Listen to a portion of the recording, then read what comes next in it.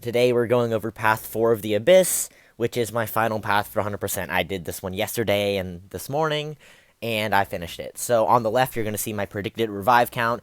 I set this like a week ago or so, and I mean, we'll see how it stacks up. Overall, I actually hit my predicted revive count. I went one over, and actually, I hit the exact amount of revives that I needed. And so I spent 0 units in terms of revives. I spent some on mastery changes, but that's it. I used every single revive and every single farmed potion, as well as 2 level 4 potions, but I got more than that from my free crystals anyway. So I basically farmed perfectly, which is just amazing. 58 revives overall.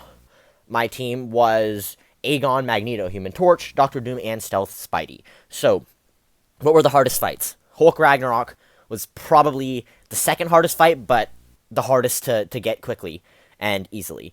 The Hood was harder because he's a new fight. And, I mean, it's a difficult fight to do, especially because he has special 2 and 3 bias, which really sucks. But, yeah. So, versus Yellow Jacket, I had 2 or 3 unnecessary deaths there because I started using Aegon, and that did not work well at all. The one who I should have used is Magneto. Magneto works much better, and so this is what I did. I was going to ramp Aegon on Yellow Jacket, did not work out. Magneto can do like 33% in each run. This is what you do. You bait special ones until Yellow Jacket is at about 8 to 10, 11 charges, and then you just hold block and reparry, and you just do not, for the life of you, let him throw a special attack. And you can get in literally 3, 4, 5 special 3s before you're going to die. So it's a really, really good situation. So about 8 or so charges, and then you stop dexing special ones and just hold block and do special 3s over and over again, and that's going to work like a charm. I took Aegon up to 100 because on Yellow Jacket it took me 2 revives because one of them I died. So I wasted 2 revives on Aegon, on Yellow Jacket with Aegon. The first one, when I tried him, did not work out. I got like 5 or 10% or something. And then the second time, I just died early. And the third time, I went in and I got a 100 combo. And I got the 100 combo so I could have guaranteed shrug-offs, tenacity for Hood. So I would recommend going in once with Aegon, once you get to enough combo to get 100, to bank 100, which is about, I don't know, 130 or so, if you have max sig or about max sig, then I just quit out because I just wanted the tenacity for Hood, and I'll explain why later. Mordo was annoying. There was a point where he just kept evading. I literally went in and I was like, please, Mordo, just don't evade me. And he just kept doing it. Mordo loves evading. Mordo, his special 3 one-shot me, which pisses me off because that shouldn't happen. Overall, my one-shots were Darkhawk. That one took me 4 tries, but since it's at the beginning, I can reset. Mephisto. MODOK. MODOK, oh my goodness. I had it in the bag. I was at like 40% health. He was at like 5, and then I tanked a special 1 and got stunned. And I kid you not, I got down to like 3%.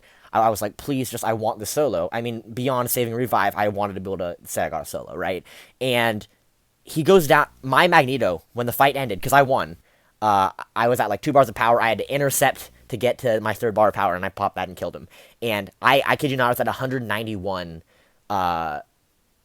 health. So even if my specialty hadn't killed him, even if 1 bleed would have killed him, the power sting would have killed me. I was at 191 health. So super down to the wire solo, but it's easy. Just don't mess up. My favorite solo in here was Darkhawk, that second Darkhawk, because it took me 4 tries on the first one, and in the other path where I did Darkhawk with Magneto, that one took me a whole bunch of tries, like 8 or something crazy, but I went in on the second Darkhawk, and I soloed that first try. I was ecstatic. So in 3 fights, I used 1 revive, because that Morningstar fight was really, really good too. I soloed Bishop as well. So what were the fun fights? What were the hard fights? Stealth Spidey had 4 revives. That's kind of expensive because, I mean, you know, he's Luke Cage, so it's not that bad, but I'd like to have spent less. Killmonger, the first one was harder than I thought just because I had to get into rhythm. My second Killmonger was much, much better. Alright, let's see, what's important stuff to note. With Ghost Rider, I believe I did 1 run of Aegon with like 200, the max combo was like 220 or so, and then I did Human Torch, that was easy.